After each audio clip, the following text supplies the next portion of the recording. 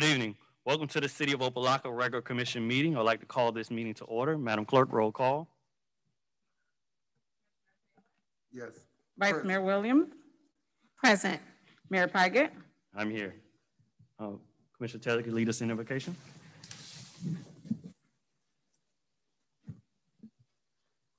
God, we thank you for bringing us together one more time in your name. God, we ask for peace in this meeting. God, we ask that you allow us to lead your people your way. In Jesus' name we pray, amen. Amen. Pledge of allegiance.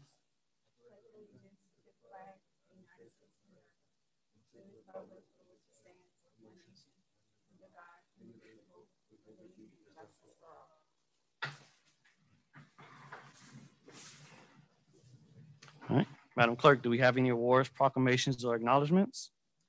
No, Mr. Mayor. All right, moving on to the consent agenda and pull list. Do we have any pulls, deletions, or deferrals? Mr. Mayor. Madam Vice Mayor? Oh, yeah. I would like to pull number 5. All right. Any others? I'll pull item 4, 13-4.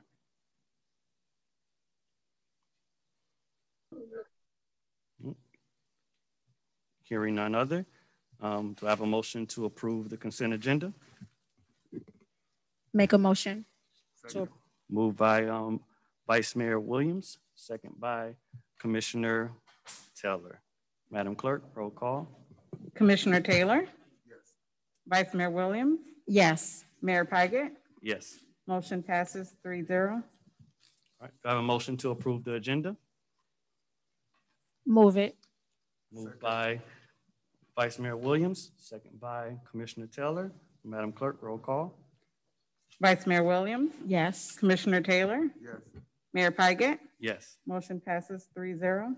A motion to approve the virtual sunshine meeting minutes of July 23rd, 2020. Move it. Moved by Vice Mayor Williams, Second.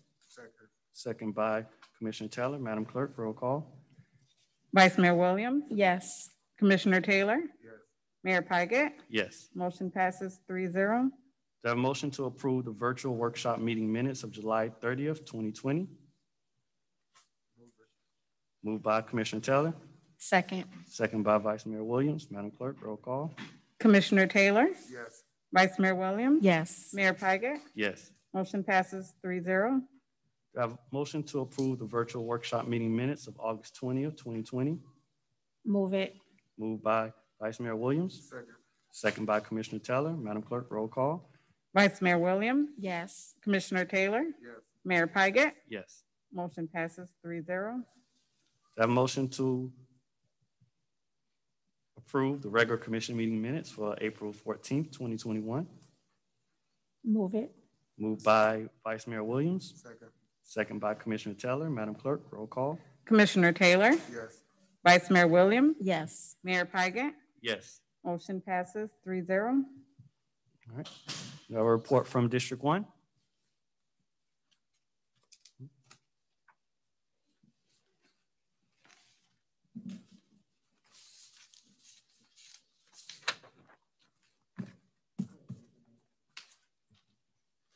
Good evening, Commissioner and Mr. Mayor. I believe the Vice Mayor wanted me to speak on the item itself, or do you prefer to hear the report now? We would love for you to do your report because we know that you have a company, well, items of a similar topic up at the County Commission. So I think all of it together will be right, huh? Oh, he's staying through the whole thing. Ah, okay. Okay. But yeah, so, please speak now because during the consent agenda, we don't, take public comments. So it's a perfect time. Happy to. Again, thank you. My name is Bruno Lopez. I'm with the Office of Vice Chairman Oliver Gilbert, and I appreciate the opportunity to speak on item 5, a resolution to create an incentive program to curb illegal dumping. I would also like to give a special thanks to the Vice Mayor for sponsoring the item and inviting the Vice Chair to provide a statement. The Vice Chair extends his apologies for not being able to attend, but has asked me to share these remarks with you all. For many years now, members of the City of Opa-locka and District 1 have had to suffer for the careless and selfish actions of a few, those who have disregarded the safety and the well-being of our community. I joined Vice Mayor Williams and this commission in their efforts to curtail the illegal dumping activities that have gone on for far too long. I myself have introduced an illegal dumping pilot program at the county designed to get affected areas cleaned up faster. The program is designed to work with the city of Opa-locka in identifying problem areas, reporting them, and getting cleanup crews to get to them within a target date of 3 days. If it is a city crew that provides the work, then the county would waive the fee for whatever materials are brought to the county dumpster, something that is currently not being done. I applaud and support any efforts to help address this issue, and will continue to look for ways to collaborate with the city to improve our community.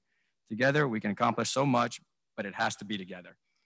We all must have a stake. That is why I ask you in joining me in support for this item, so we can continue to serve those who elected us to the best of our abilities. Again, thank you, Mr. Mayor, Madam Vice Mayor, and City Commission for your leadership. As always, our office is here to assist in any way possible. I'm happy to answer any questions and can provide my contact info if anyone should like. Thank you. Thank you. Any comments?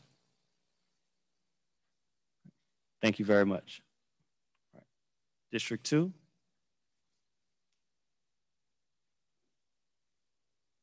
All right. Do we have, Madam Clerk, do we have any public presentations? No, Mr. Mayor.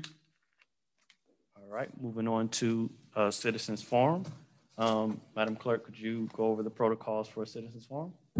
Yes, good evening. City of Opa-locka Commission meetings are held in person while allowing virtual public participation via Zoom. In-person meetings are held in the City Commission chambers at Shabandi Village, 215 Purvis Avenue, Opa-locka, Florida. Space for in-person attendance is very limited due to COVID-19 social distancing.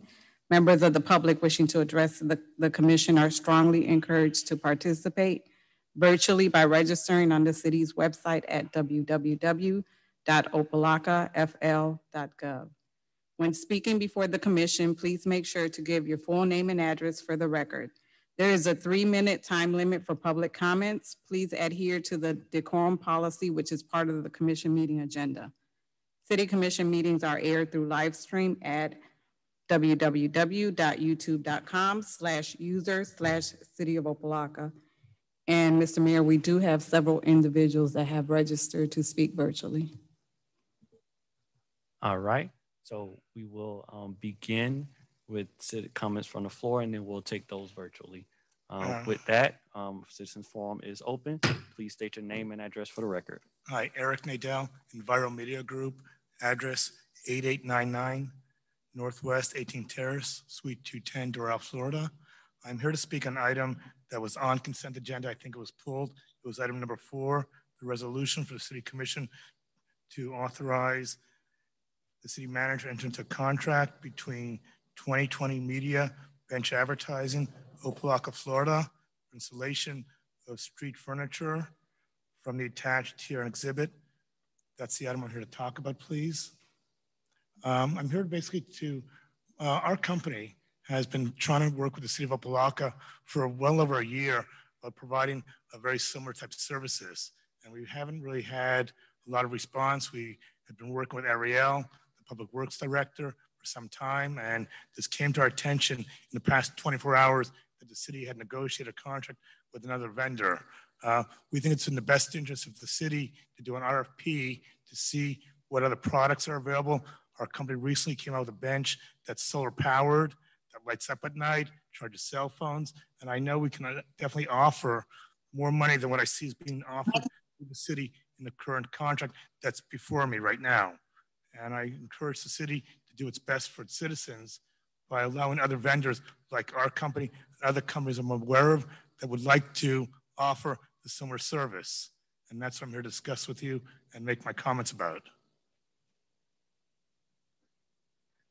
Thank you. Thank you so much.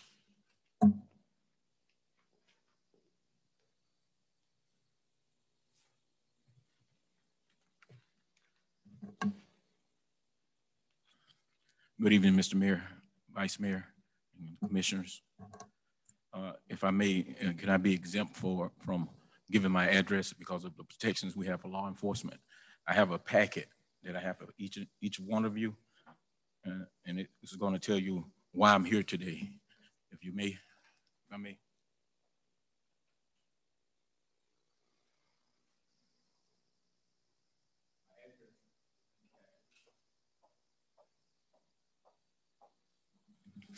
State your name for the record. James Butts. I am a resident of Opa-locka. The reason I'm here today is on April 19th, I was putting sand in my backyard. And if you look at the packet, on item 1, I labeled them for you. In item 1, you'll see the reason why I was laying the sand in my backyard. When it rains, my backyard floods up to like 1 to 2 feet of water. So I decided to just go ahead and put some sand to try to raise it up to keep the flooding, keep control of the flooding. So as I was putting the sand down, you can just scroll through I think it's like 12 items. And you can scroll through it and you can see all the water that's in my backyard. And item 3, that's the water. I don't know if you can see it. That's the water that's up under my house. And then item 4 is just another view of how much water that's in my backyard and on the side of my dwelling and over by the shed. My storage shed is water over there. That's item 5. And item 6 on the east side of the shed is just showing you pictures of photos of the shed. Item 7, water that got into the shed, and I had the shed up, lifted up a little higher, and it still got up into the storage shed. And moving on to the reason that I'm here in item 9, you can see that I was putting sand down in my backyard. And it's just showing you a photo of what I was doing. In item 10, there's another view of where I was putting sand down in my backyard. And then item 11, and this is the reason why I'm here, I received a warning from city code enforcement. So as soon as he came by, he stopped by, he said, you know, it's a violation for you to put sand in your backyard. So what I did was I stopped the work, came down to the city hall, and I spoke with I think some young lady named Martha, I believe that's her name, and she checked to see if it was an ordinance, and she said there's no ordinance to put sand in your backyard. So I think she contacted 2 other people. I don't know. I know they were males, probably someone above her, and they couldn't tell her it was an ordinance for me not to lay sand in my backyard. I'm not excavating or anything. I'm not digging. I'm not doing anything to that nature. I'm just laying sand down, just try to bring the level of my yard up so it won't flood. Because every time it rains, everybody's yards flood except for, my yard, the only yard in the neighbor on the west side of me, his yard floods. So in item 12, I looked up the city's ordinance.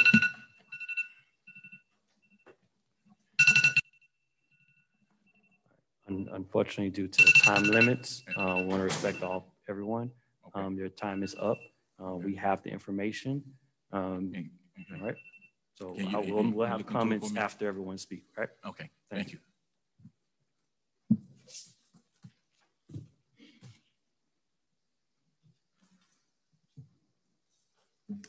Good evening, Commission. Ms. Mitchell, 14255 Northwest 22nd Place. A lot of you guys know me. I'm an advocate for my side of the Opa-locka over by Ingram Park, down the street from Siegel. I had a resident, which is a senior, that came to me regarding the mortgage assistance program. And the day that the program came out for applications to start being submitted, they submitted their application. Never receiving anything back, only thank you for submitting your application. So they contact me to find out if anything had been posted or anything regarding what residents should do after they submit the application, because they never heard back or anything from it.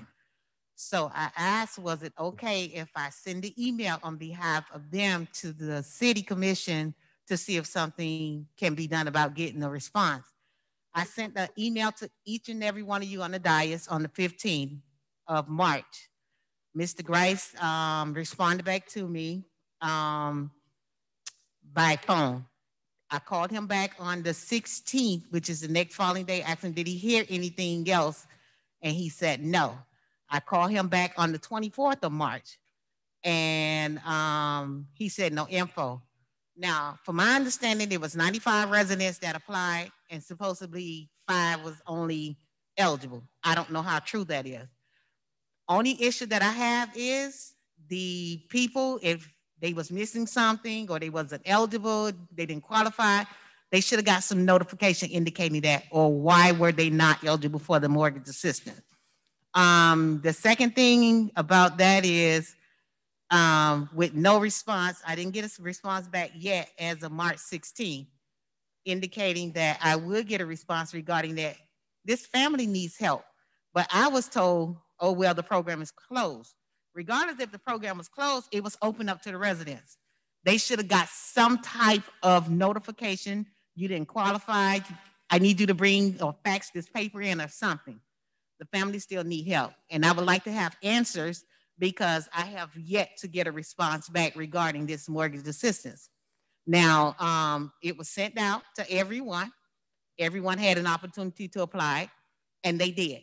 So I would like to know if anybody has some information back regarding this, because this was way back November, December last year. So if anybody can get with me and give me some answers so I can get it to this family and try to get them some help, that would be appreciated. Thank you.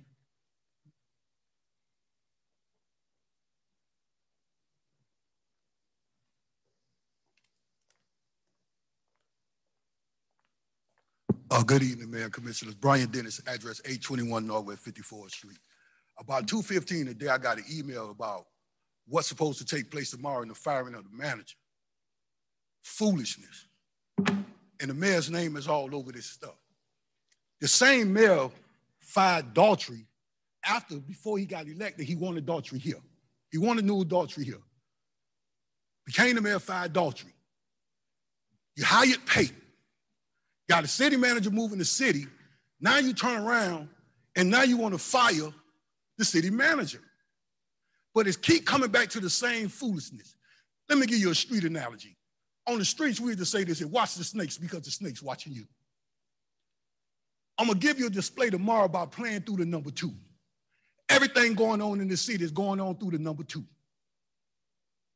Daughtry didn't have a number 2. Was on his way out, he bought in a number 2. Wasn't no foolishness going on with the number 2. But members of the commission felt like they needed a change. So while Daughtry was moving the city forward and putting the evidence together, putting the situation together for the state so the city could continue to move it forward, we bring in a city manager who then begins to move the city forward. Now peep the game. The city manager's in the same position that Chief Dobson was in because the mayor wanted Dobson fired. I told you this before because me and the mayor don't spoke about this stuff here. Now you got a new chief.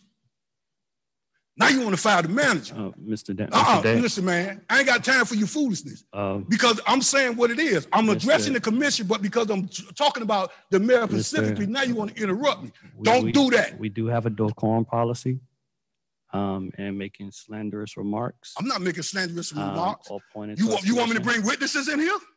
Please. So in the process of what's going on, I've been sitting home watching y'all for the last month. But when I got this email today, there was no way I was going to sit home and watch this here. Now, to sit up here and want to fire somebody after this man don't apply for a job halfway across the country and he don't brought his family here is ridiculous. All the situation with the politics with Randolph and the code enforcement didn't just start. Y'all know what's going on. I know what's going on. But then again, got to watch the snakes. See, the number 2 been busy like the devil in Job. If you read the book of Job, what did God say? Devil told God he been warning to and from, back and forth through the earth. You got problems because the number 2 in all y'all face telling all y'all something different. See, you can get organization and confusion. So while all y'all fussing and fighting with each other, guess who's still straight? The number 2. See the foolishness with that? I'm gonna put you on game, Matt. Mr. Mayor, as soon as this is over with, I'm gonna put you up on some real game. We're gonna have a real conversation tonight. We're gonna have a real conversation tonight. When I put you up on this here, you're gonna see what I'm talking about. See, The foolishness in the city and what you get ready to do is do the same thing that all the other regimes did. You're tossing city managers. You're tossing police chiefs. You can't toss the clerk or you can't toss the attorney because they're under different contract. But now what you're doing is you're bringing the same game. Dennis, I ain't got time for the foolishness. Y'all need to fire Ellis.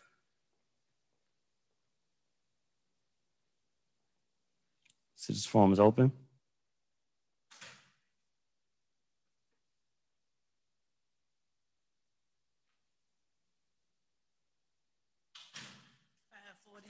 Chris Roberts, 540 Sherrod. The concerns that are being brought to the dais today is stuff that has happened in the last 20 years. We have 5 different faces, but we have the same games. They taking positions, they doing whatever they want to. They're bringing anybody everybody owe a favor to, everybody's done. You get demoted from jobs and you get displaced from different positions because of the fact that I know this person and I know that person. I could call names. No, I could call names because it comes directly from the people. Anything that I say one time, I'll say again. I never disrespect people. Know why? Because I'm not gonna allow nobody on the dais, whether you the commission, the mayor, anybody to disrespect me, even management. If you disrespect me, I'm gonna give you the same disrespect. That's how I roll. As an individual, you have to treat people like you want to be treated. In this city, if you work for the city, you get treated like foolishness. If you live in a city, this is a city that we vote y'all in here. Nobody is selected, you elected in here. And it needs to come to an end where we fighting for our jobs every day. If you come here and you say something on the diet, nobody's here. Nobody hearing anything that you have to say. If I don't like you, you get demoted. If you ain't friends with them, you get demoted. If I don't like you, you're not qualified for a position. All the educators in the world, look on the streets every day and you'll find that all the educators walk around because they too educated and don't have no common sense. Somewhere in life, we as individuals, we have to learn how to grow up. I'm gonna give respect to Commissioner Taylor. When I met Commissioner Taylor, he said to me, he said, you know what? You don't like me. I said, I don't even know you. Know why that came? Because I never responded to anything that he said, but I never disrespect him. He old enough to be my child, but I never disrespect him. Anytime he approached me, he always approached me as an adult. You give respect and you get it. If you disrespect me, you're gonna get what you're looking for. And I'll go the whole 9 yards. That's how I roll.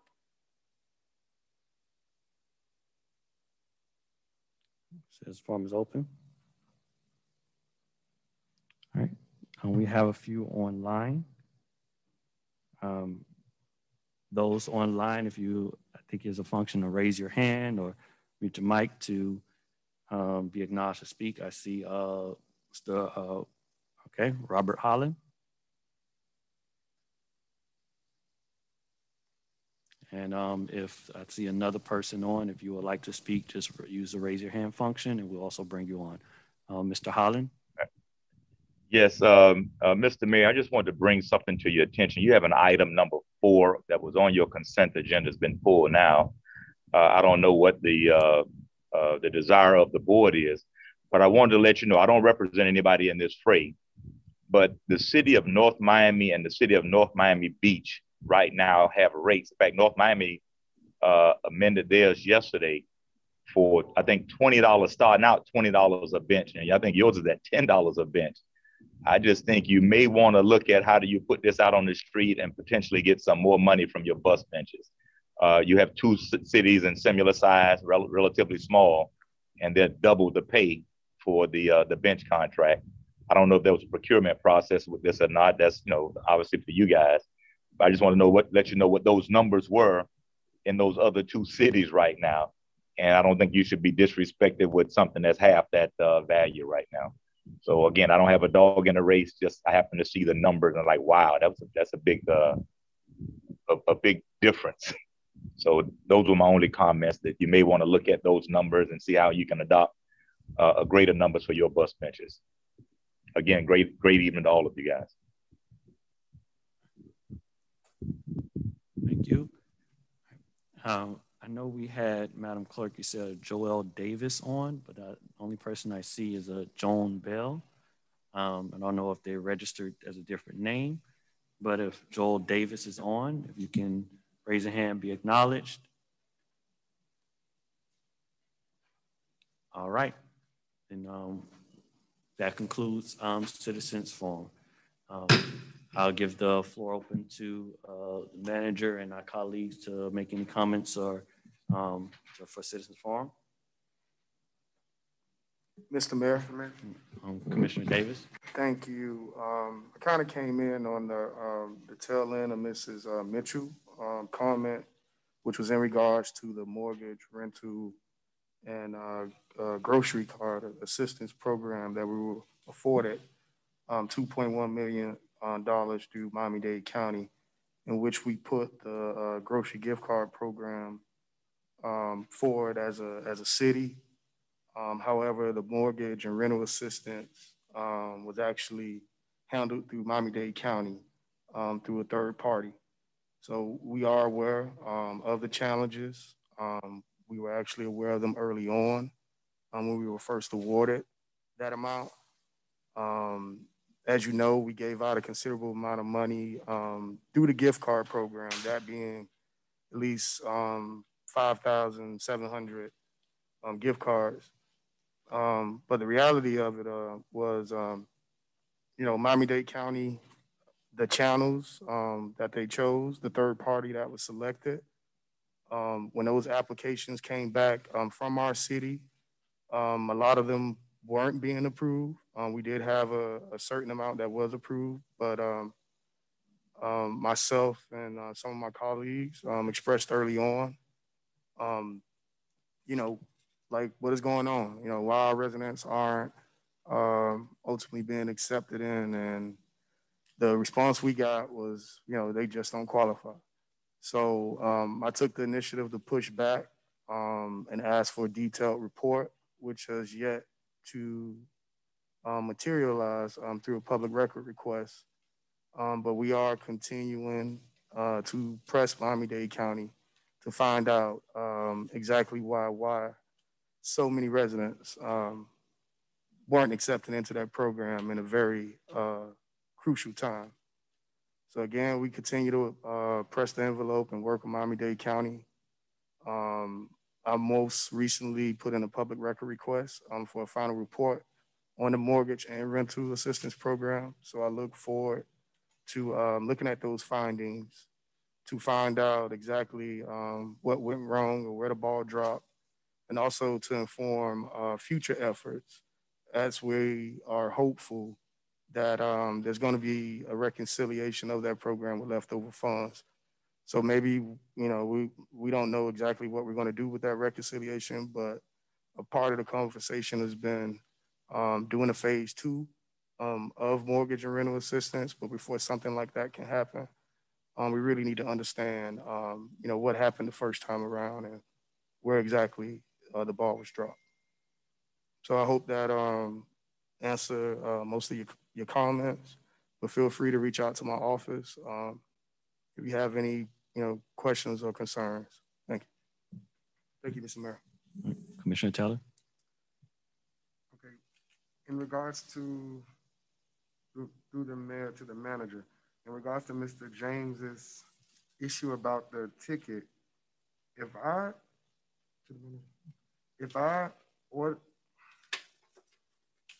there's no ordinance that supports that ticket, why was it written?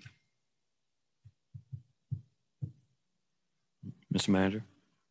I thought Mr. Pate might be on the line and went down to that. But in regards to him putting sand, because based on the evidence that he gave and what I just looked at, there is nothing that says that a resident can't put sand on their property. Well, first of all, this is the first time it came to my attention, and that's something I will look into. I haven't spoken with the gentleman. It's the first time I heard about this, so I need to do research on it to find out, why they got a ticket and if this ticket should have been given. Okay, so you will reach out? Yeah, I researched it. I found out, talked with our code enforcement and found out why the ticket was given, and if it's justified, and get back with the commission on it. But in regards to that going forward, we can't just write tickets haphazardly with no due cause, just based on opinion. Can we also talk to code enforcement? I agree. About that? No I agree. Shall deposit, seal any property without first obtaining a permit. I agree, sir. Thank you. But no one's here from code enforcement, so that's why I have to look into it tomorrow, look into the matter tomorrow, and find out what happened in this particular situation. Okay. All right. Any other comments on Citizens Forum? Mr. Mayor. Mr. Manager? As far as the bus bench item, that item is going to be deferred indefinitely due to legal reasons. So that matter is going to be null and voided.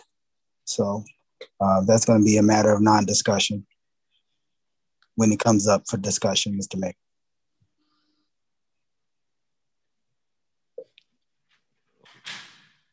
Okay. Yeah, we just passed the deferment area, but I guess we'll still talk about it and defer it then, I guess. Any other comments? I want to thank everyone to come before the commission for the Citizens Forum. This is the opportunity for our residents to be heard. Mr. Butts, thank you for bringing that to our attention. As Commissioner Teller mentioned, and the manager, it will be something that will be looked into. Ms. Mitchell, again, thank you for bringing that to our attention. And it was good to see Commissioner Davis for leading the charge and making sure that gets addressed. Do want to clarify the record. There was some comments made about fire and Daughtry, and actually that never happened at all. So that did not happen. But we will be talking about the manager situation during the mayor's report later on today.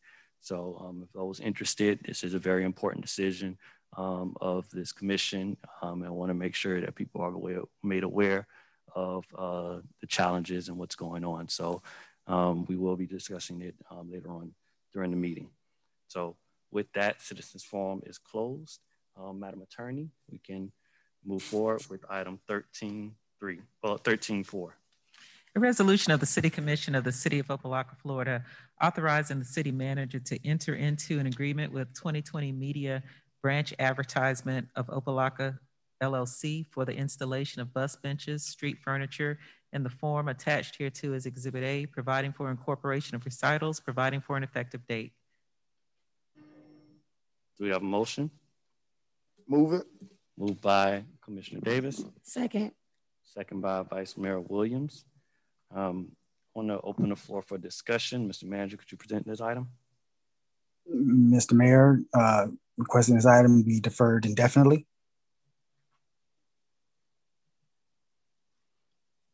Okay, is that the conclusion of your presentation? Yes, Mr. Mayor. Okay, all right, floor is open for discussion. I would like to start the discussion on this item. As many of you know, for the past year, we have been missing bus benches throughout the city. And this came after an inquiry made into the contract we currently had with the bus benches, and then they started to disappear.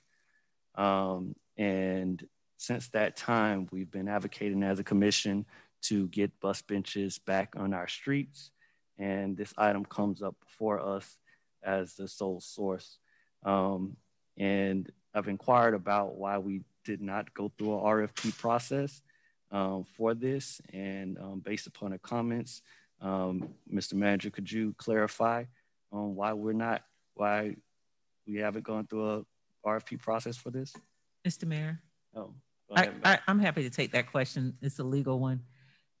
It has to do with the fact that under Florida statutes, it's not required for this particular type of service. And so it's been excluded as a requirement for procurement.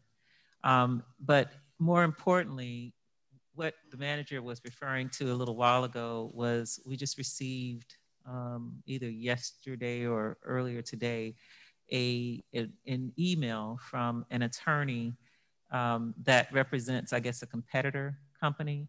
And what they've made us aware of is that there is a non-compete provision related to this particular vendor. Like apparently a default judgment had been entered in a court, basically saying that this particular vendor is not supposed to be competing with another person, another entity that was suing it because they had a non-compete provision. So it's basically improper according to an agreement that was made for this entity to do business in the state of Florida.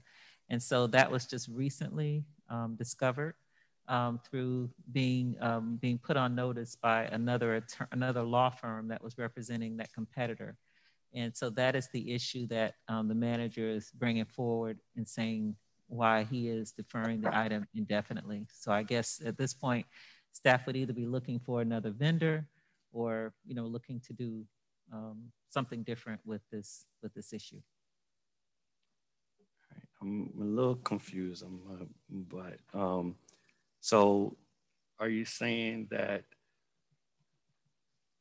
we have to go out and get other quotes, or we can't do business with this person? What? You cannot do business with this particular company based on the legal documents that were sent. It appears to be legitimate. They look like they were legitimately filed and things that were legitimately entered into courts, supporting a non-compete provision that this particular vendor that the city would have, if you approved it, would have contracted with, which would be basically illegal because this entity isn't supposed to do business in the state of Florida for this particular service. And so what city staff can do at this point is they can bring back another vendor for your consideration. They don't have to procure it because the state law doesn't require it. Got it. All right. Yeah, that's why I brought it up. I was pretty confused about this, why we chose this particular vendor, and wanted to hear clarity about why this particular vendor, and seeing that we have other options. And driving through other cities, there's some updates and upgrades that have been made to bus benches and bus stops. And we would love to see the best of what has to offer for our community. But I think it's very important that we get this done as soon as possible. It's been months where there's too many people in our community that are not able to sit and wait at a bus stop. And for those elderly, for those that do it in the rain, it's not a good look. And we need to move on this as soon as possible. And if that requires RFP fight, we want to see some options and see what we have. So that's why I wanted to make clear on the record during this time is to really figure out how we can make this happen so that our residents can take the bus. Simple as that. So whatever we have to do that, I'm for. I want to make sure that we do it. With that, Mr. Davis. Mr. Mayor, I just have a quick question related to the procurement of the item, if I may. Through the mayor, I guess it's a question, Madam Attorney, if you're with me. You said it's required by state statute. Well, it's not required by state statute to procure the item. What does our code say? Because from my understanding, it has limits and... Our code comports with the statute, the Florida statute. So anything that's exempt in Florida statutes is also exempt in our code. So it's also reflected in our code as well. Okay. Yes. What about the amount? I guess the amount, does it fall within the purview of not having to, or is that defined in the item? It doesn't matter what the amount is. If state statute exempts it, it is exempt. Now, it doesn't mean that you can't procure it if you wanted to. If that's what the manager was bringing back. If he wanted to do that, the manager could certainly do that. It's just that it's not required for procurement. there's an exemption where you don't have to do that.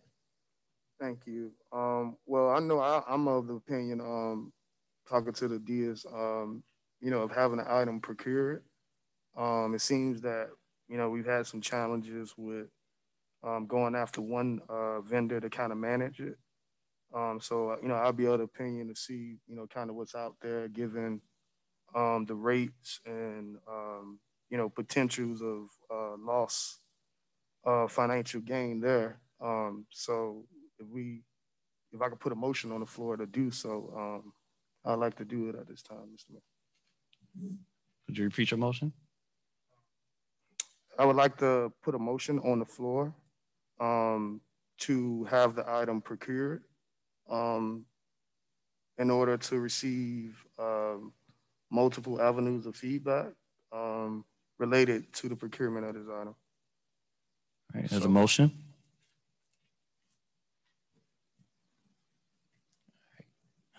Mr. Mayor, before the motion, I had a quick question. All right, so yeah, motion's on the floor. Yeah, let's see what I had to say, and then because I'll have to relinquish the chair to do the second. So go ahead. No, I just wanted to the manager through the mayor.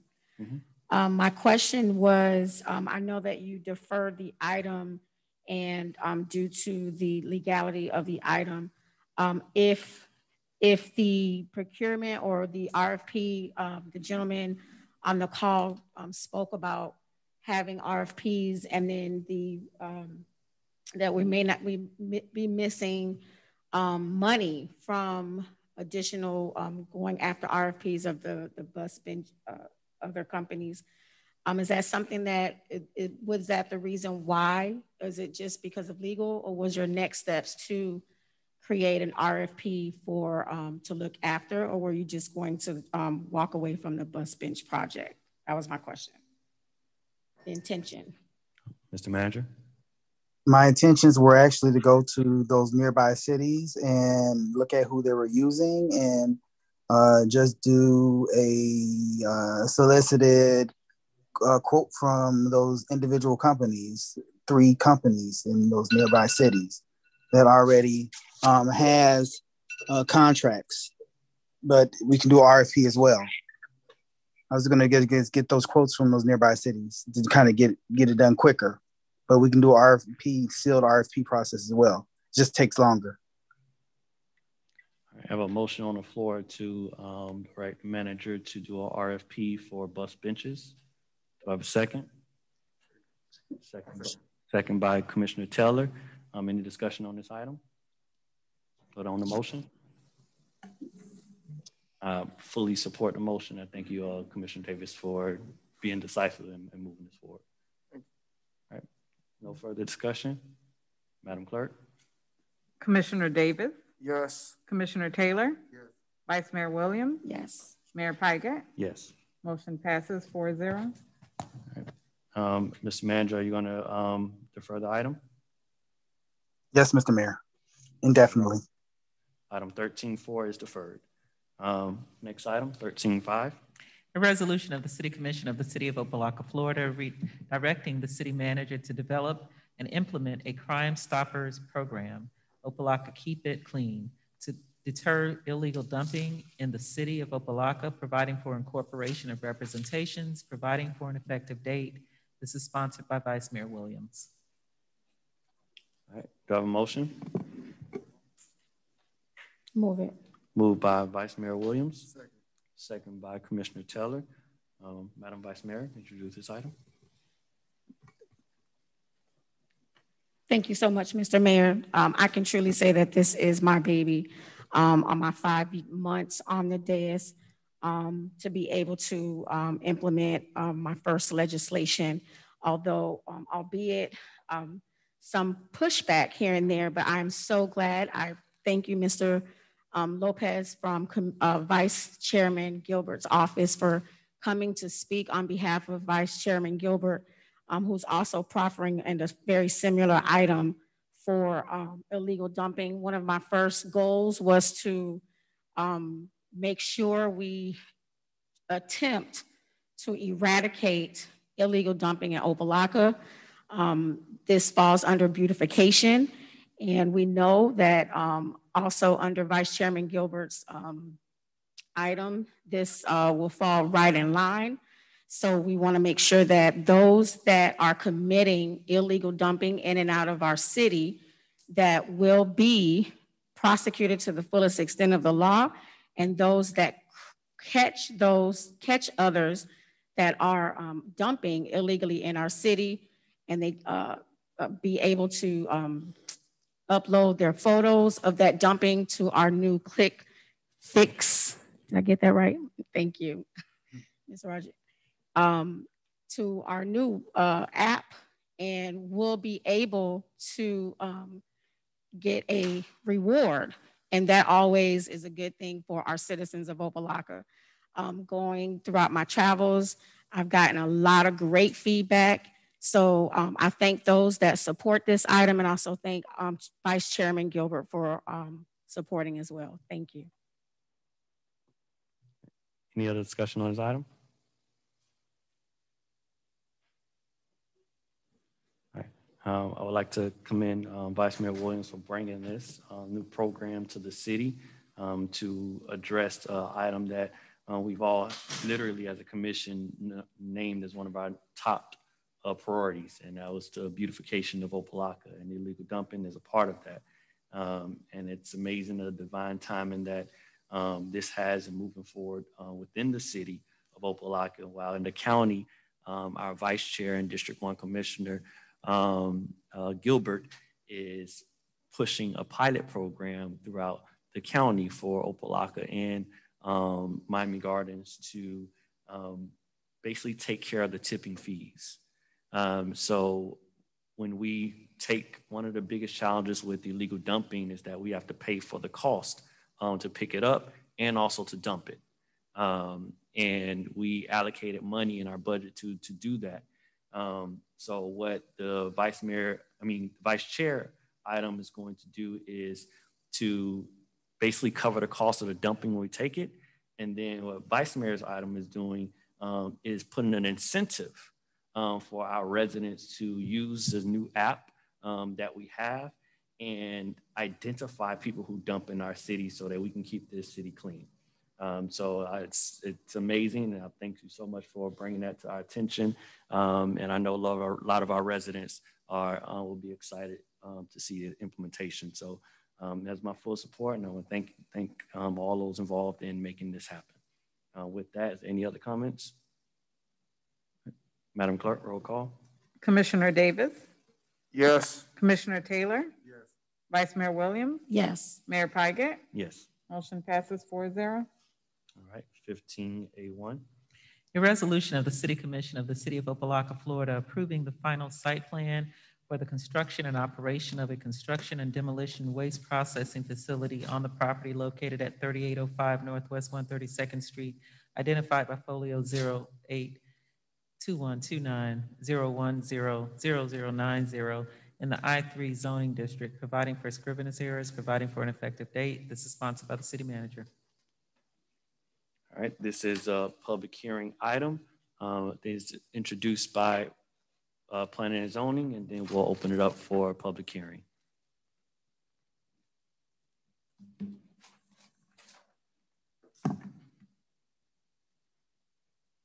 Good evening, Mayor, Commissioners. Gregory Gay, Director of Planning and Community Development, City of Opa-locka. This particular item before you is an existing operation, trucking operation, to do construction and debris operation disposal at this particular site. As a part of their planning, they are proposing to build a 40,000 square foot structure where the construction and demolition debris will be sorted out and disposed of in a proper fashion. The site overall is about almost 5-acre site. It's about 4.70 acres. And as a part of their proposal, they're doing everything within an enclosed facility, which is an item that will be addressed later on as far as the zoning. This item was presented before the Planning and Zoning Board for approval.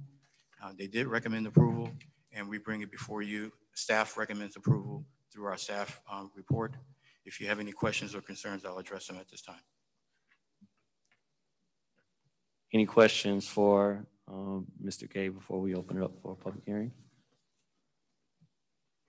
Mr. Mayor. All right. Vice Mayor Williams. My question, and I know that we spoke about this before, if the clause was placed into this item for some type of long-term resolution in case this site, an environmental clause for this site. Okay. If you recall. Yes, this particular type of operation has to go through an approval process with Miami-Dade Durham. They are pretty much the regulating entity to determine whether this particular disposal will be operated in a proper format. They will have to do the checks and balances as it relates to whether there's any contamination, whether there's any particular runoff. One of the reasons that we asked for this to be in a wholly enclosed building is so that we can pretty much control what type of materials may get into the atmosphere, so that it'll be an enclosed operation overall. But Miami-Dade Durham will be involved as a part of the permitting process, and they will be regulating the review from construction ongoing into inspections over a period of time. That's part of their responsibility, to make sure those particular businesses that have a hazardous type of material, that it is handled properly. Mr. Mayor, just to give the commission some background of what I was meant by that, and I do thank you, Mr. Gay, for the answer. My concern about anytime I see the word waste processing facility, it does give me some pause. I do know that, here in Opa-locka, we have enough outsourced junkyards, et cetera, et cetera, et cetera. So this is something else that we're bringing. But just to let the commission know, my concern was 10, 20, 30, 40, 50 years from now, if there was a waste leakage, if waste went into the water system of Opa-locka, if there was some type of pollution that came from this particular facility, could there be a clause placed in it now in this resolution, or before we sign this deal with the company, that says that they will have to cover that environmental issue that could potentially happen? Now, I do know that Durham does and will be the entity that makes sure and ensure that. But I'm just trying to give it a second layer as a resident of Opa-locka, because we know that, our junkyards, we saw that what they do and the waste that comes from there, and there's nothing, there's no clauses inside of it that talks about the environmental waste that could potentially happen 50 years from now. So when our great grandchildren are still here in the city. So that was my concern. I just, wish we can place something, and just moving forward, anytime we, have a facility that wants to present itself as a waste or a junkyard or car lot or anything that could potentially hurt our environment, I do believe as a commission, we should think about some type of environmental clauses that would ensure those companies cover the cost of cleanup and cost of medical liability, just anything that we can think of to protect our environment and our future. Thank you. Through the mayor, if I could do a follow-up. Yes, sir. As a part of the discussion that we did have, one of the things that we did want to point out is that if there's any particular additional control items that you would like to add as part of the legislation for this particular business, through the developers agreement, which is the next item, is where that opportunity does exist. We do have representatives for the company. If you wanted to speak to them in relationship to some of the concerns that you may have, they will be able to express and hopefully answer your questions. Okay. All right. Any other questions for Mr. Gay? right, I have quite a few questions when we come to this development agreement, and Vice Mayor's concern is one of them. So with that, this item is public hearing is open.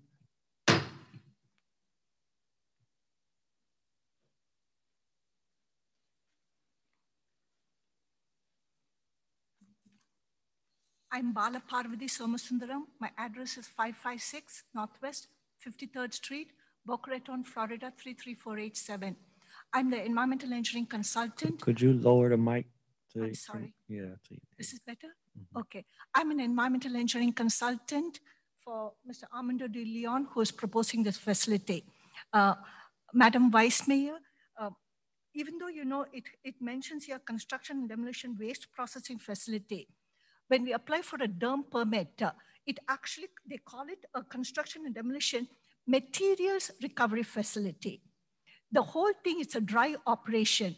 I'm also aware that there are plenty of junkyards in the city of Opa-locka, and the junkyards, by nature, they are a wet and dry operation because they drain the fluids from the cars. But the construction debris, ma'am, is completely dry operation. Secondly, everything is taking place inside an enclosed building. And when you told about the cost, you know, in case something happens on the road, that is part of the DERM permit application. There is a closure plan and a closure cost. They go ahead and they make us put it into what's the word I'm searching for? To go ahead and put it into an escrow account. So that in case, you know, somebody's not able to go ahead and a few years down the road, you know, they're not able to complete it, the money is then the escrow account to go ahead and close it out. As for the operations, everything takes place inside the enclosed building. So there's not going to be any waste, any materials, anything that is going to be outside the building. The trucks will bring everything inside the building, tip them off inside the building, everything will take place inside the building, and the offloading of trucks also will take inside the building. Okay, I'm sorry, are there any other questions? I just wanted to say that waste is a bit of a misleading word. I just wanted to make sure that it is called the Construction Demolition Materials Recovery Facility. All right, thank you. Mr. Mayor. Commissioner Davis. If I may, so just looking at the item from a zoning perspective, they're asking for a permanent zoning change to allow, because they want to locate in the I-2 corridor, no, I'm sorry, I-2, the I-3 corridor, but the I-2 corridor actually has the designation. And I guess they want to change the item. The only reason that I'm going to support it, that I want to support it, hold on, is because of its close. Davis, are you making a comment on the item, or are you asking a question to? It's leading up to a question. I'll just state my position. Okay, because the reason being, we do have to make a motion whether or not we're going to consider the item first. We haven't made that motion yet. I'll reserve my comments to the motion, Mr. Mayor. Okay. All right. Do we have a motion to consider this resolution, 15A1? Move it. Moved by Commissioner Davis. Second. Second by Commissioner Teller. Go ahead, Commissioner Davis. Thank you, Mr. Mayor. So my question was related, well, my statement actually was related to the zoning change. So the specific zoning district where the company wants to locate is not actually zoned for the type of business that they want to operate, but it is in close proximity to a zoning area that has that sort of permitted use. So being that it's close to the I-2 and I-3 corridors, I don't think it would be, that far of a stretch, because we do allow that sort of use, as defined in our zoning code. But they are asking for, I guess, they're asking for to have that granted, to have, the zoning change granted. So I guess my question is, Mr. Gay, and it's related to that zoning change. If that was to, if we permanently change the I-2 corridor or permanently change the zoning for this particular business to locate in the I-2 corridor, what are the implications of that? Like, what would it only extend to that business, or would it also extend to additional businesses as well? Through the manager, the question that you asked is really speaking specifically to another item, which is on the agenda, but it does pertain to this particular property. Changing the zoning from I-3 to I-2 prescribes to the uses that this particular property is seeking to do as far as the C&D operation. And it also, the I-2 actually speaks to it being within a wholly enclosed building. So it addresses those particular concerns. The property that is immediately to the north of this site, which is touching this particular property, is zone I-2. So by changing this particular property and only this particular property from I-3 to I-2 is something that the staff could recommend, and it was actually recommended by the Planning and Zoning Board as well. Thank you. So that was pretty much the deciding factor for the recommendation from staff, which was its close proximity to an adjacent zoning corridor that has that sort of use. Okay, thank you, Mr. Gay. Thank you, Mr. Mayor. I'm done. Okay. All right, I'll just inform that we didn't close public hearing. So is there any other public hearing on this item? Mr. Mayor. All right, then I'm going to close public hearing. Vice Mayor Williams. Yes, thank you for your answer, your comments. I'm still very much strongly in. I'm still speaking to the commissioners. I think some things that we have to start looking at our environment. We have to start thinking about our future. And those are some of the things that while we're cleaning up the mess that we're in now, we're in terms of waste and junkyards and trucks and car lots and again, more trucks that are going through. And if we were to have an environmental assessment in Opa-locka or an air quality assessment, we probably would fail.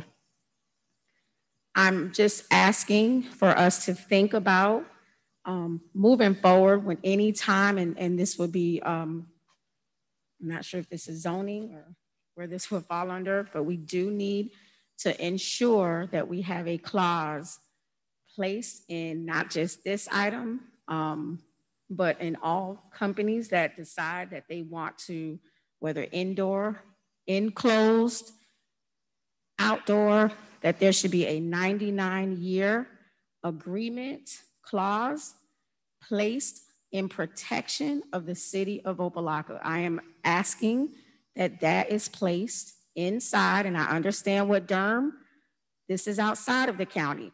We're talking about Opa-locka. And so within Opa-locka, and I do understand the zoning of the county and what that's asking for, but I believe, unfortunately, we have just too many waste facilities, and I can go on and on because anybody that lives in the city of Opa-locka knows what is here and what we're suffering through. And so I'm going to suggest and start with this item that we place a clause of 99-year agreement for environmental protection. And I'm just bringing that, and I don't know if that's a deferment, if that's an amendment. Thank you. Madam Attorney, as Vice Mayor mentioned, wanted to add a clause to, I know we're talking about the site plan on this item now, and we'll be getting to a development agreement. But where, number one, can we do something like that? Can we put in place a clause in our agreements that specifies if there's major environmental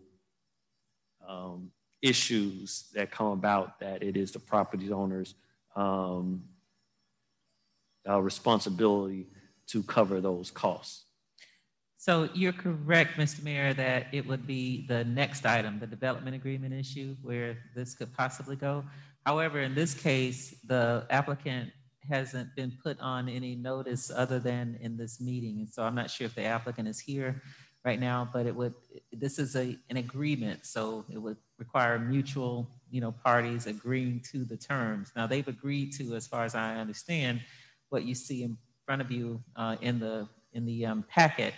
But unless someone is here saying, yes, I will agree to that, then that is not going to be an agreement. And if the commission is, sure that they're going to hold the item, then of course this item would need to be deferred so that you can determine whether or not that applicant would be agreeable to this additional provision that the Vice Mayor is advocating for.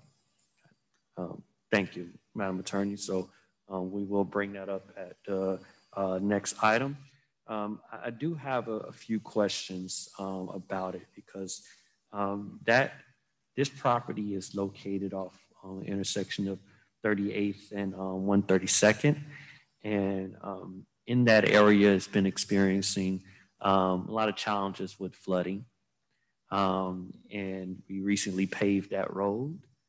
And I'm hearing that this will bring quite a bit of traffic to that area with trucks that will have a heavy load. So I guess my first question is, how many trucks do we anticipate at coming to this facility on a daily basis when it is in full throttle? Mr. Mayor, Gregory Gay. This particular type of facility, because of the size and the fact that they'll be doing a lot of things within an enclosed building, they are expecting to handle somewhere between 15 to 16,000 pounds of construction matter on a daily basis, or cubic area for construction bases. It's my understanding that most of the vehicles that are going to be utilized, which will be commercial vehicles, they average be somewhere between 3 to 5 cubic area for the amount of C&D debris. And they are expected to have somewhere between 80, probably 75 to 80 trucks to be serviced through this particular facility on a daily basis. Okay, so with that coming to there, how is this facility going to handle traffic in there? Because I'm trying to figure out if the vehicles can't be on the inside of the facility, where they're going to be waiting at. As it stands right now, they do have a staging area for approximately, I believe it's 9 to 10 vehicles to be processed at one time. There will be some type of a timing mechanism to basically gauge and dictate how many trucks will be coming through on a daily basis. It won't be all of the trucks coming at one particular time. They will basically scale it out throughout the entire day. This operation is looking to operate pretty much from 7 in the morning to approximately probably 7 to 8 p.m. in the evening to be able to process that amount of debris. So in essence, they have enough staggered parking because the building itself is sat back approximately 500 feet within the site itself. So they will be able to handle at least 10 and possibly more because they do have additional parking area on the property itself. But I know they have a lineup that's going to handle at least 10 vehicles to be processing this material at once. All right. So what happens if they have overflow? Where will those vehicles be? That is a really good question. And I know that we've had issues at some other sites within Opa-locka relating to vehicles being on the public right-of-way. Within the development agreement, we've already addressed the fact that we do not want vehicles to be parked and waiting on any of the public roads near this particular facility. And they have assured us that they will be doing a scheduling to how the loading and unloading of these vehicles will be addressed. If there's some additional things that you, or some additional ideas that you would like to suggest, that's pretty much the best that we've been able to communicate between the two parties and ourselves to determine how the loading and unloading and the stacking requirements would be addressed. Okay. All right. So I will look forward to hearing from the developer about that situation when we bring back up the development agreement. And when we speak about development agreement, if you can point to me exactly where it talks about traffic in here, that will be helpful when we get to that item. Okay. But that is one of my major concerns about this site plan, making sure that it has the capacity to hold enough vehicles, and then two, that those vehicles are not going to have a major impact on the traffic in the area. The third thing, and this is questions from staff, is about the sewer system, waste stormwater management in that area.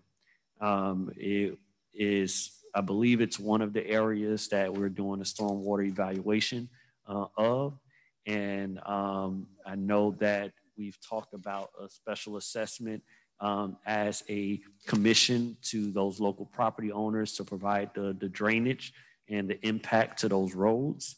And this sounds like one of the development that will bring more impact and traffic to those roads. So I would love to hear from management or development or the developer, number one, what are we going to do to take care of that drainage issue there? And two, will the developer be open to a special assessment to ensure that we can properly maintain those streets and make sure that all those properties along there do not have to deal with flooding in the future? If I could address that as far as with the site plan, as I previously stated, the site is partially under operation right now. They do have a drainage system in place to address the front half of the site, which is approximately about an acre. And as this project is going to add another 3.5 acres to the overall operation, they're looking at adding approximately 20 French drain systems to basically make sure that whatever rainwater is collected on the site remains on the site. I haven't been out to the site during the rainy season to see whether there may be having rainwater spill off onto the street as it is right now. But that is one of the things that we did address with them, that they do need to have a system where all of the rainwater could be captured and retained on site. There may be some type of a water retention pond system that is toward the back half of the site to make sure that they will be capturing all of that particular water system. But I know that they will be adding at least 20 drainings, stormwater drains, to continue to collect the stormwater especially as we go into the rainy season, to make sure that whatever rainwater that is captured remains on site and is treated on site. Okay. All right. Any questions about this site plan before we get to this development agreement? Yes, Mr. Mayor. Commissioner Davis. Thank you. through the mayor to Mr. Gay, to your knowledge, do you know if a traffic study has been done? I know that my colleagues have shared concerns related to traffic and those sort of accommodations with a new business going into that area. So do you know if the company has performed a traffic study? I know that's standard when we have these sort of developments in our city. There was a traffic study that was done when the first part of the operation was put in place. I don't know if that traffic study was expanded beyond to basically take in consideration the new operation that will be taking place on the site. We did not provide that old traffic study within your packet. But if that's something that you would think would need to be a part of that, we can actually see if that can be prepared. Thank you, Mr. Gay. And hearing the concerns of my colleagues with traffic and the sort of environmental hazards, you know, I would be more inclined to have that information before making a decision of this magnitude that could potentially impact our community, you know, negatively or positively. Just want to ensure that we do have all the details. So I would be in favor of, I don't know if the item could be deferred. I'm not sure the time ramifications that are associated with the item, but I'm of the opinion that, you know, I would like to have those details, i.e. the traffic study and Vice Mayor's concerns relative to the kind of environmental hazard that this project may present. If I may, seeing that this particular project has 3 items on the agenda, 2 of them are resolutions and 1 is by ordinance, which requires it to have second reading. I don't think there would be a problem with deferring the first two items to when the ordinance comes back for second reading. That way everything is being considered all at once. Okay. And okay. that would give us an opportunity to gather all that additional information as you're requesting it. Thank you, Mr. Gay. Mr. Mayor. Madam Vice Mayor. To Mr. Gay through the mayor. Mr. Gay, how does us agreeing to bring in the commission, I'm so sorry, the commission agreeing to a waste processing facility, how does that positively impact the city of Opa-locka and its residents? From a positive standpoint, we actually did some preliminary calculations as it relates to impact fees associated with the project as it is being expanded. The calculations for the impact fees, and this covers water, sewer, storm water, and public safety, those particular aspects. So for this particular project, the impact fees totaling will range somewhere between $75,000 up to $120,000 for this project. They've also have proffered that they will do employment opportunities and hopefully seeking employment with Opa-locka employees, Opa-locka residents first, giving them an opportunity to be gainfully employed with this particular. And then at the end of the day, it's also going to help us as far as with the expansion of their operation, increasing the tax base.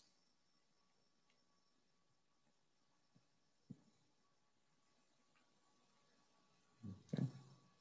Is that it, Vice Mayor? Okay. All right. Do I have a motion to defer this item 15A1 to the meeting where we'll have a second reading of the variance?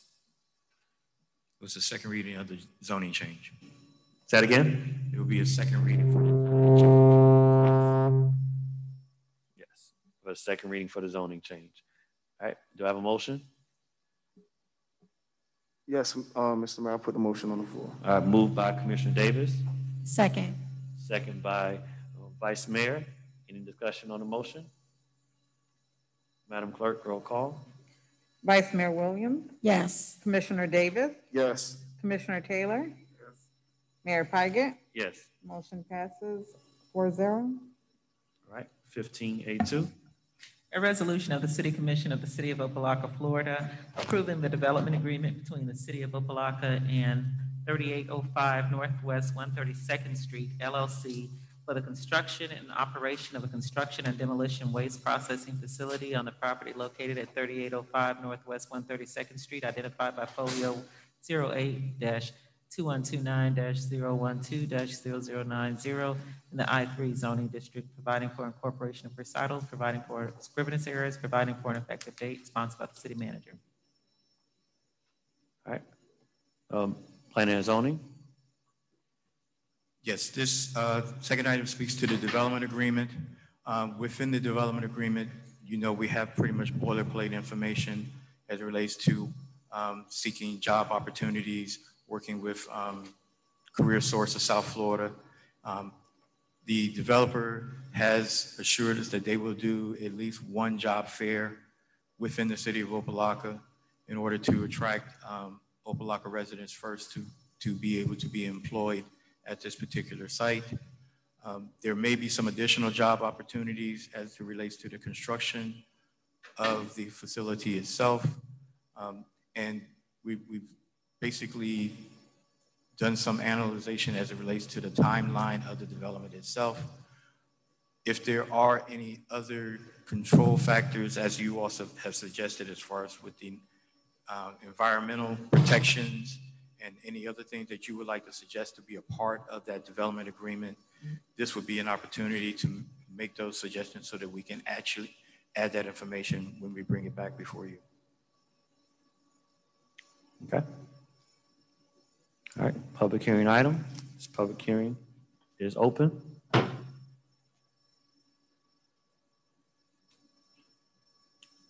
right, public hearing.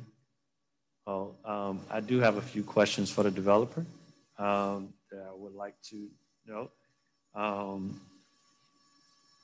First is the clause about environmental impacts. Madam Vice Mayor asked if we can negotiate with your company and if there was a substantial environmental impact that your company will cover the costs of those that we may have to incur as a city. Are you willing to make that as a part of the agreement? Yes, sir. Actually, as I told you, it is part of the agreement, part of the DERM permit application that we go ahead and do it. I can go ahead and forward a copy of it to Mr. Gay to show that, you know, we take all the costs into consideration before we even go ahead and apply for the permit. So we can use that itself as a template for the city also. Okay. So that will cover the environmental costs, like Madam Vice Mayor was mentioning. It will cover everything. So it has been formatted to go ahead and cover everything in case of any eventuality. Okay. Well, we look forward to seeing that clause in a development agreement or whatever it needs. So when it comes back, Mr. Gay, just if you can, during our briefings, please clearly notate where that is. It'll be within sections 9 and 10 of the development agreement. That's where all the additional control factors are placed. So we'll make sure that we get that information from them and put it in that section. Also, we have declared a flooding emergency in the city of Opa-locka, and we are currently in the middle of a citywide stormwater analysis to identify potential projects so that we can invest in taking care of the flooding. Your area is one of those areas that has flooding, and being a small municipality, our tax base most likely will not be able to cover a complete cost for those projects. So we have asked for management to do a special assessment study on local businesses, along with going after grants and things of that nature, so that your business and all the businesses around there don't have to deal with stormwater issues, and we all can contribute to making sure that area is the best for all businesses there. And just wanted to know if you have any, I guess, contention against contributing to that at the point in time and being engaged in those conversations. I'm a little bit aware of the NPDES. I can barely hear you. Okay, I'm sorry, sir. Can you hear me better now? Yes. Okay. I know it is part of the EPA NPDES arrangement, where you go ahead and you take care of the stormwater management throughout the US, and it trickled down to the city of Florida. What happens here is, I was under the impression that this is under the Zone 1, which already has a grant to go ahead and take care of the stormwater management. So we, as a developer, we are willing to go ahead and contribute our part of it. But if I'm not mistaken, sir, it is already part of Zone 1 to go ahead and put in the stormwater management system. And we have already received that 40 million grant from it. Currently only the Cairo Lane project is going on, but this is also in the works, sir. All right, management, could you bring more clarity to that? Ari Austin, Public Works. With reference to the stormwater allocations, this is a part of the EPA grant for stormwater. However, the assessment that you're referring to is relegated to the rebuilding of the roadway to maximize the life expectancy for heavy traffic use such as this. So at that time, when the roadway is going to be developed, an assessment will be made to all of the properties adjacent to the right-of-way on a prorated basis. All right, thank you. And do we have to have any agreements with the property owners and their willingness to make that happen? Not at this time, until we are successful at bidding the process. Then we will establish the costs so we could go to the business owners to advise them of the assessment. Got it, thank you. And my last concern about this project is about the jobs. Since being on this dais, we've passed quite a few development agreements, and we've made it a standard. It's for many years in Opa-locka that we make sure that we encourage our developers to hire our people first, to look at career source, our HR department. But after all the development agreements that have come across my desk, I think since 4 years, I think I've only heard of 2 job fairs.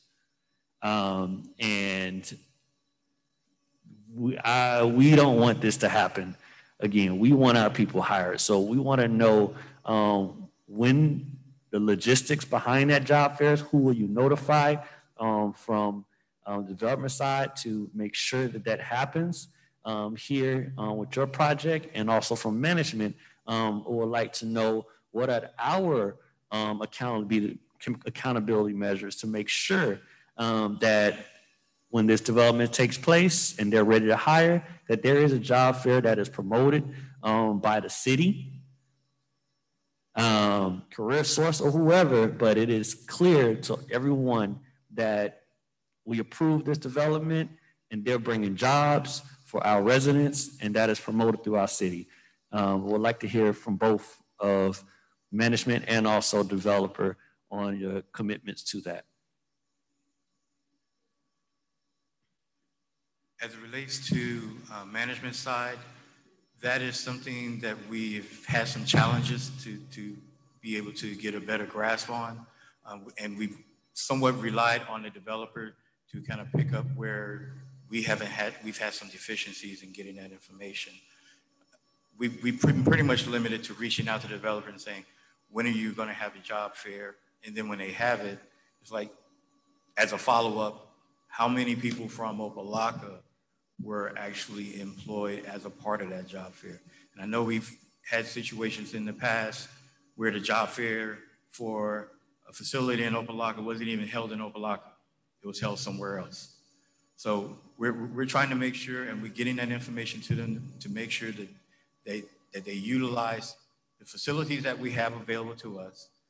We already have a career source facility in our city hall, and basically making sure that we basically try to make those connections as much as possible.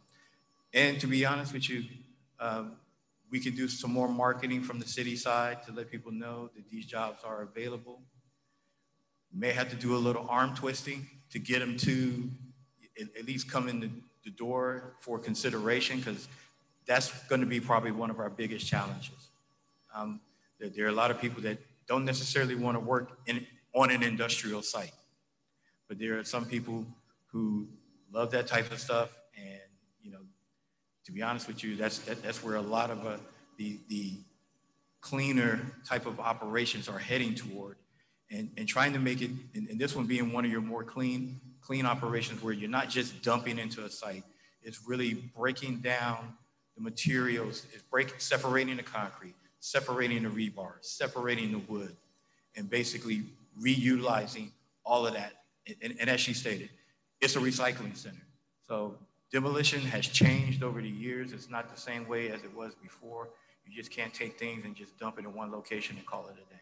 So we're going to work with them, and we're going to work with our public to let them know that these jobs are available. Mr. Gay, is it possible to tie the permitting or the certificate of occupancy to a requirement that they have to submit a job fair flyer or a date to us, and that our HR puts that into some type of HR or marketing puts that into some awareness so that we can follow back up with them and confirm that date, get the material and send it out? Can it be tied to some cert permit or certificate of occupancy? I can't give you an affirmative right now.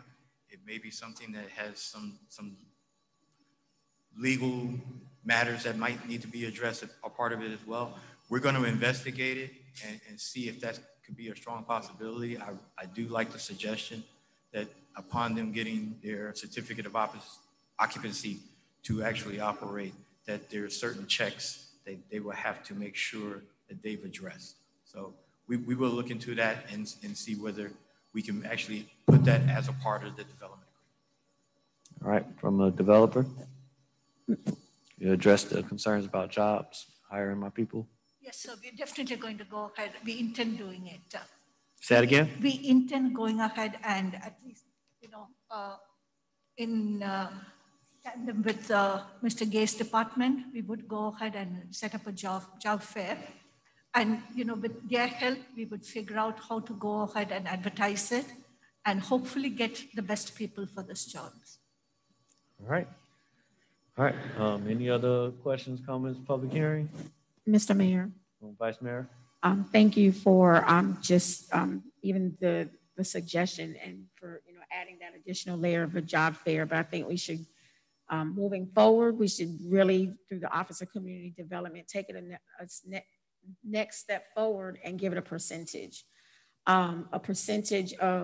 Because we can hold a job fair, but there's no checks and balances that anyone is actually going to be hired from Opa-locka. Just to say we held a job fair and we give a check mark and move on to the next development is not good enough.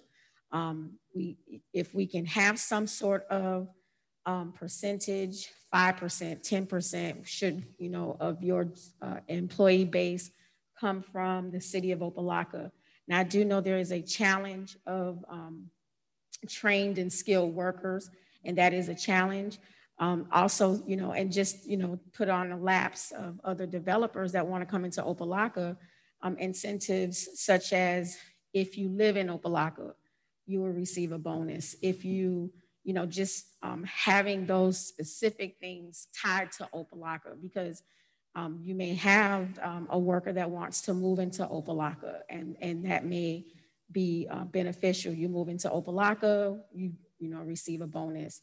But just moving forward, if we can begin to tie, employment to, or the job fair, and that's for you, Mr. Gay, to a % moving forward, then we can make sure that we have those, we are getting our residents jobs, and at least, you know, we can check off that that particular developer has fulfilled their agreement. Thank you. All right. So hearing no other comments or questions, do I have a motion to defer item 15.2 to the second reading to discuss the zoning change? Move. Put a motion on the floor, Mr. Mayor. Moved by Commissioner Davis. Second. Second by Vice Mayor Williams. Discussion on the item. Madam Clerk. Commissioner Davis? Yes. Commissioner Taylor? Yes. Vice Mayor Williams? Yes. Mayor Pygott? Yes. Motion passes 4-0. All right, item 15A2 is deferred. Looking to the ordinance for 16A1, Madam Attorney. An ordinance of the City Commission of the City of Opa-locka, Florida, approving the request of 3805 Northwest 132nd Street LLC to rezone the property located at 3805 Northwest 132nd Street, identified by folio number 08-2129-010-009, for the construction and operation of a construction and demolition waste processing facility on the property in the I-3 zoning district, providing for scrivener's errors, providing for an effective date. This is sponsored by the city manager. All right, this is a public hearing item. Public hearing is open.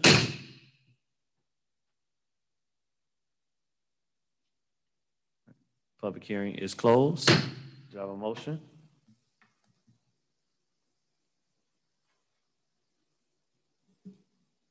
Move it for discussion, Mr. Mayor. Moved by Commissioner Davis. Second. Second by Vice Mayor Williams. Mr. Manager, could you introduce this item?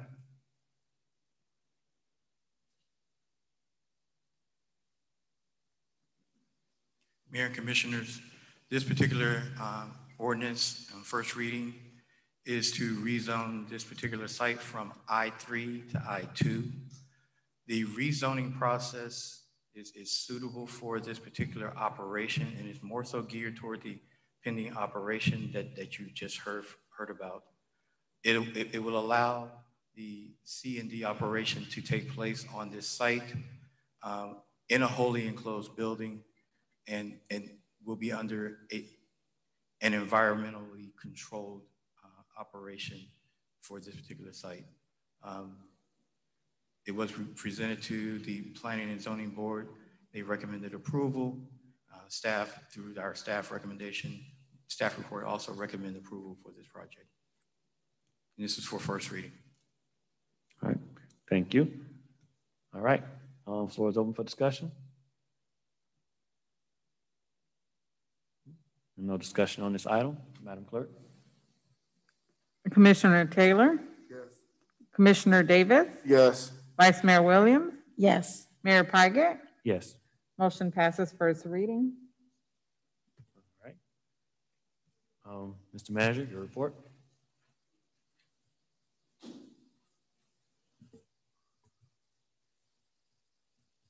I don't know if Mr. Pate is still in the line or not. Is he still available? Nelson? Yes, okay.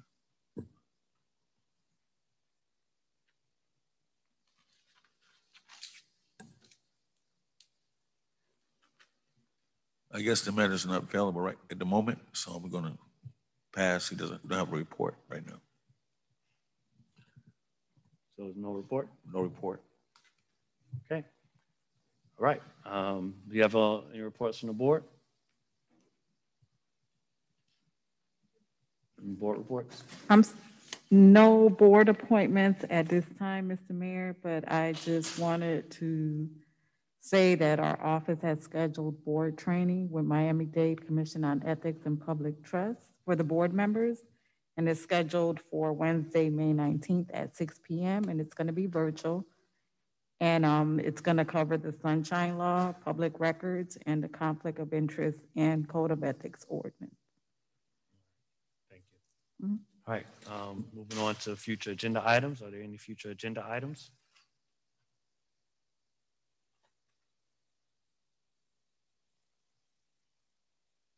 All right, moving on to the Mayor Commissioner reports.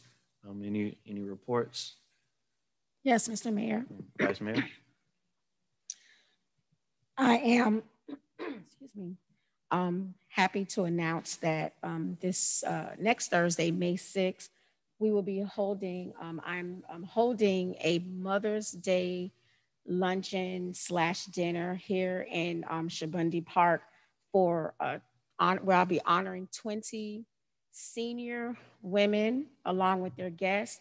Our facility, I'm excited because I met with the decorators and caterers and everyone that's going to just totally and utterly shower the senior women with love. Also received some I can't give it away, but from Congresswoman Frederica Wilson is supporting this. So we're just excited about May 6th. So of course, we know our commission is please, you are, although we will be women, they're guests, but please, we ask that you show up. It is by invitation only. However, I'm excited for the women that will be there. They have received their invites and it's going to be beautiful. It's called Women of Many Hats because we know as women, we definitely wear many, many hats. And thank you, and I'm excited for this event.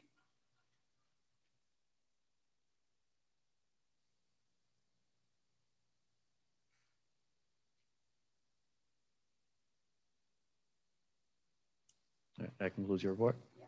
All right, anyone else? Okay. All right. I have to have a conversation with everyone here, from our residents, our employees, and also my colleagues. This is something I'm very uncomfortable with having to make. And I just want people to hear me out and understand. It's not something I've done before, and it took a lot to get to this point. One of the difficulties we have as elected officials in a local municipal level that is unique to Florida and the world is the level of transparency that prevents us from having some very hard conversations that we have to make in any other format outside of a public format. That is the Sunshine Law. And there are some issues, and many times it is very difficult to have that conversation in a very public setting. But we have to do it because I want to make sure that we are all clear about what's going on. And at any point in time, to my colleagues, any point in time, you can just tell me to pause and we can save it for tomorrow. But you have a packet of information, agenda that was prepared for tomorrow's meeting. And I wanted to give a general overview of it so you can think on it and really sleep on this decision because this is not a simple decision to have to make. And that is with the termination of our city manager. The city manager has violated his contract with our community. And I have to show how to be able to do that for cause, which will not incur any costs to our citizens and to our residents. This is not something that I want to do in no way, shape, or form. But it needs to be done. And we do understand that the constant changes in leadership in this city disrupts the very fundamentals of this government and is a huge factor in the challenges that we face. It is unfair to employees, have to deal with that, and everyone. And literally, I think our very first meeting, Vice Mayor Davis at the time, Commissioner Burke, we had to deal with that. And it was the worst meeting of my life. And it was not a good feeling.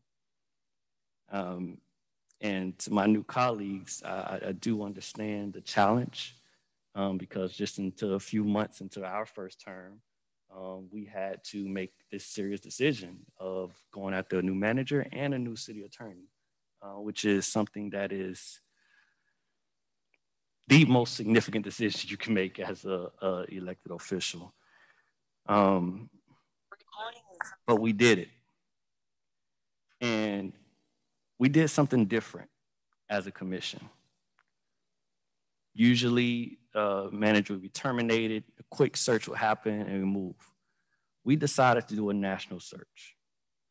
We allocated $25,000 to be different, to change, in the hopes of securing a manager that would take our city to the next level. And we were very excited when we secured Mr. Pate. We got his brother out of Chicago, and it appointed me to negotiate his contract. And I was personally advocating to make sure we paid him properly, and we gave him a secure 4-year contract. And a lot of folk got mad at us for doing that. But we need longevity of a great city manager to overcome the challenges we face and for us to rise as a community. And since the time of the manager employment, I've been his #1 champion. And the record shows that. Supported decisions, advocated on his behalf, stood up for him during tough decisions, and spoke highly of him. And for the past year, while speaking positively about the manager in public, I've had to have constant, almost every week conversations about professionalism, decorum, emotional outbursts, and showing up to meetings. Just showing up.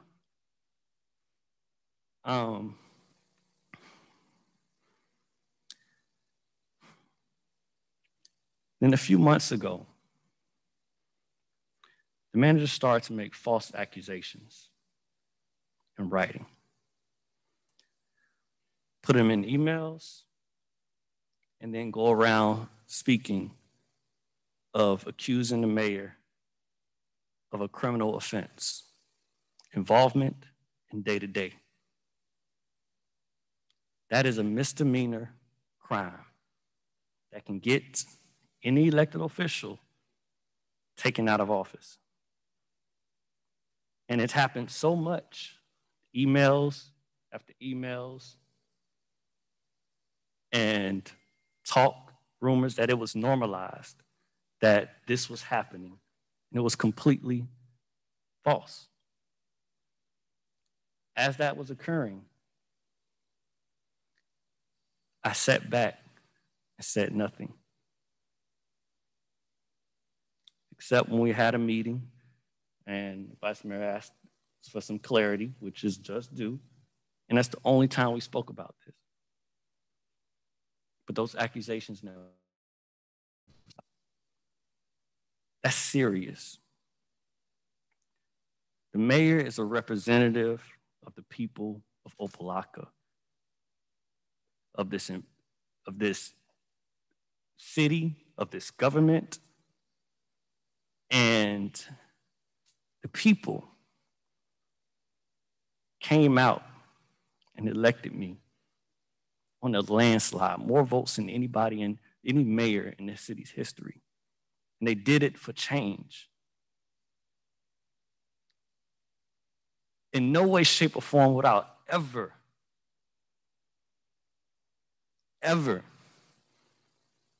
embarrass or violate that trust they put in this office because they wanted change. And to have a new employee, not from around here, accuse the head of this city over and over of a criminal offense, trying to assassinate the character, and cause division on this commission, it's unacceptable. In no command structure will that be allowed. If I was to do that in my job to my boss, it would not be allowed. But any of us, and we cannot allow that here in the city.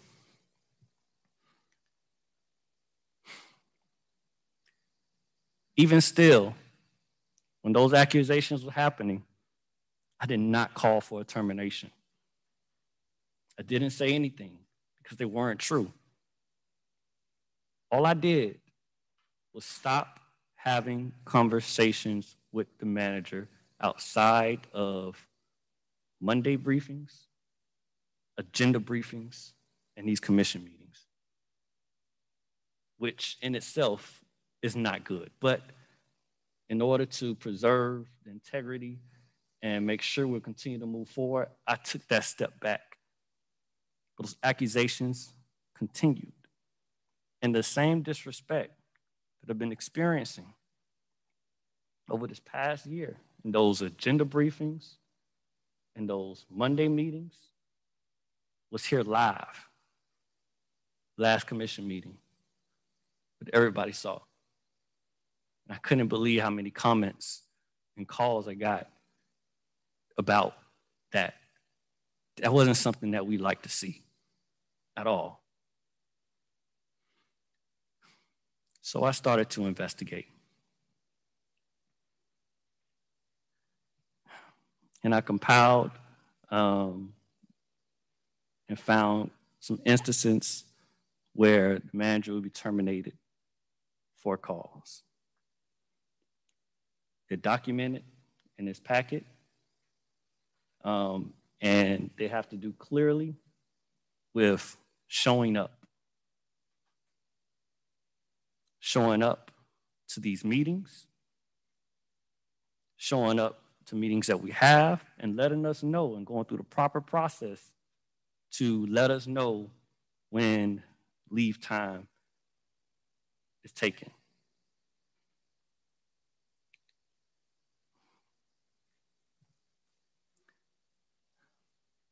One of the fundamental rules of any profession of work is to show up. And it is very clear that our manager has missed more meetings than anybody in this room, except our residents. We can go weeks without seeing them because I don't even see them on the cameras on Zoom.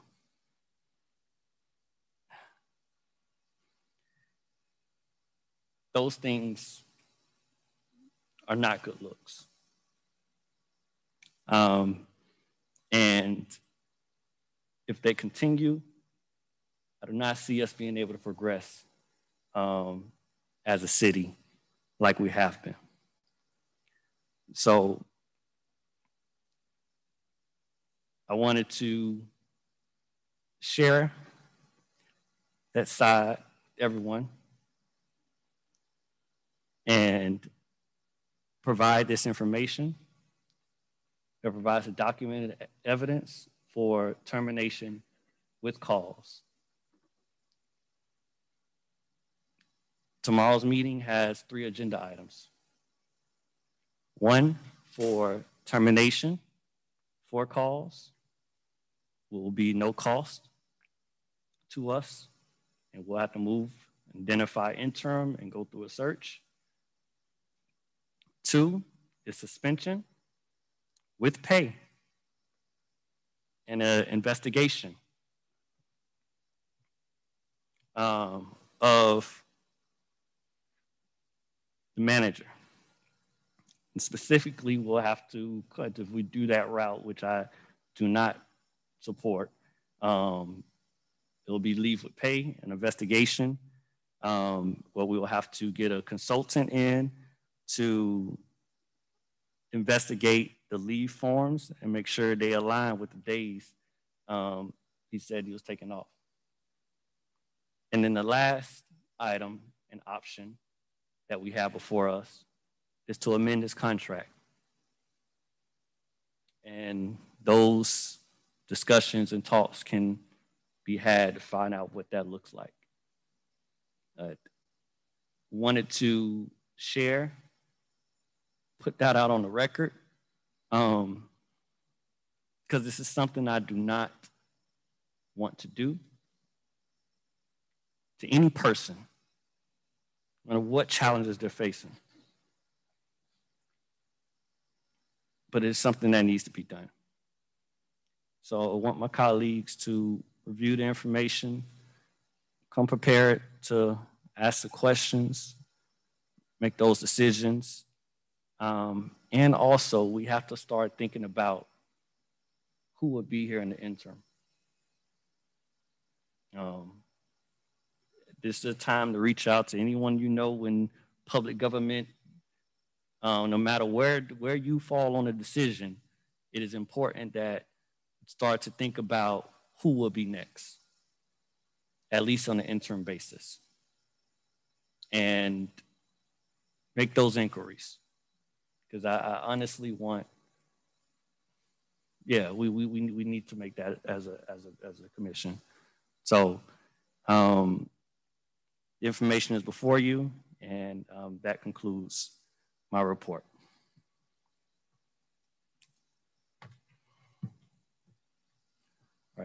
All right, Madam Attorney, if there's no questions, Madam Attorney, Madam Clerk, do we have any board appointments? No, Mr. Mayor, not at this time. All right, a motion to adjourn? Motion to adjourn. Moved by Commissioner Taylor. Second. Second by Commissioner Davis. Everyone, you have a good evening. Thanks for coming. Take care.